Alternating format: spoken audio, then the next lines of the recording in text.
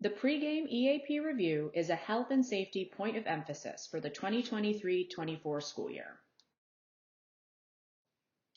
The purpose of the PreGame EAP review is to gather relevant parties together before each contest to review the venue-specific emergency action plan. By gathering these key people together, roles and responsibilities can be discussed before an emergency occurs. Who are the key individuals who should attend the PreGame EAP review?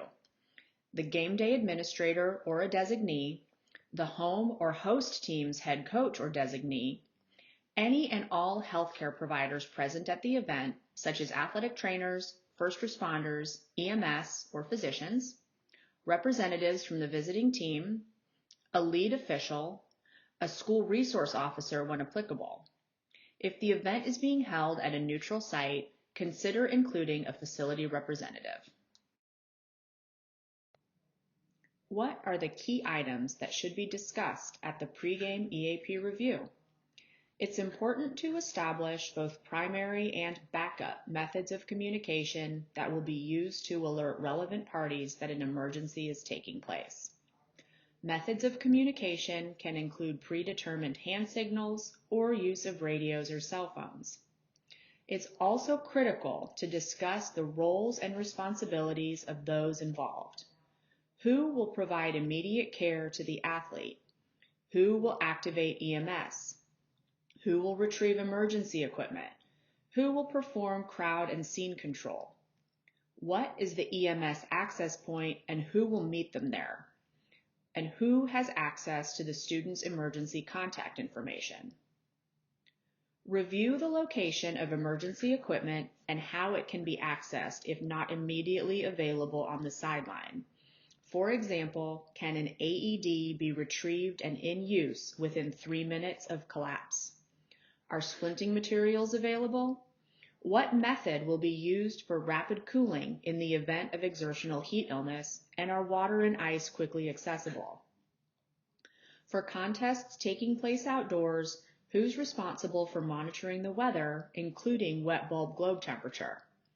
If the venue needs to be evacuated, what is the designated safe shelter? Finally, review any circumstances that might be unique to the event or venue that could impact the emergency action plan. Is there construction at the school that might affect EMS access? Are appropriate gates and doors all unlocked? And are there any potential barriers to accessing emergency equipment? If the venue-specific emergency action plan is written appropriately, the PreGame EAP review should take less than 5 minutes to complete. Hoping that an emergency will not take place is not an adequate plan. Taking a few minutes to gather key people, establish methods of communication, and review roles and responsibilities can be the difference in an outcome of an emergency situation. If the EAP is activated, it is important to hold a post-event debrief with those who are involved to review what went well and what can be improved. The NCHSAA has produced PreGame EAP review cards, and we are happy to distribute these to schools, administrators, and coaches. These cards are intended to serve as a reminder to hold the PreGame EAP review prior to each contest and to remind those leading these meetings about the key attendees and topics of discussion. For more information about the PreGame EAP review, please visit the For Schools section on the Health and Safety page of NCHSAA.org.